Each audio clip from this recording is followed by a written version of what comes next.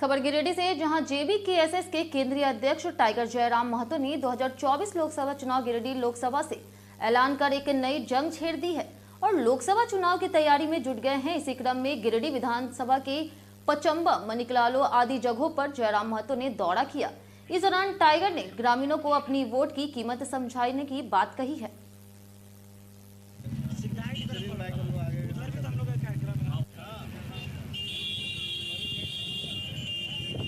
भाई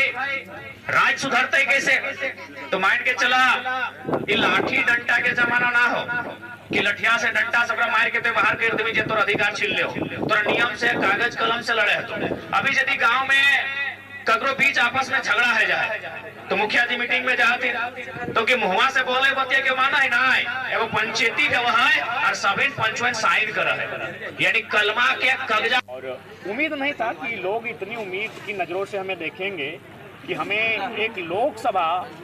जो हम लोग कभी सपनों में भी नहीं सोचे थे कि हम लोग लोकसभा का प्रत्याशी बनेंगे या लोकसभा का चुनाव लड़ेंगे, और चुनाव ही नहीं लड़ेंगे, चर्चित चेहरा रहेंगे। वो जिस सीट से हम चुनाव लड़ेंगे वो सीट हॉट सीट बन जाएगी, ये हमें उम्मीद नहीं थी। तो कहीं ना कहीं हमारी जो निष्ठा,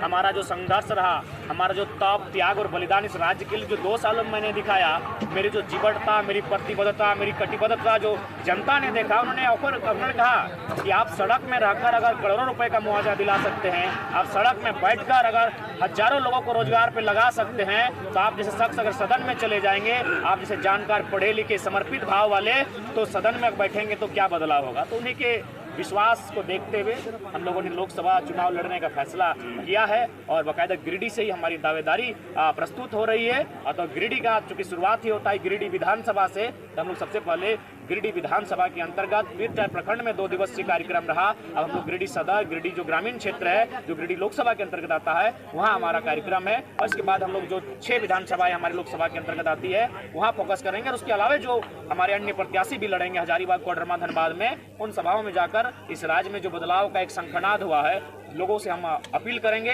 इस राज्य की माटी की अस्मिता को बचाने के लिए अपने बेटों को संसद में भेजें, जो हमारी चर्चा परिचर्चा करके इस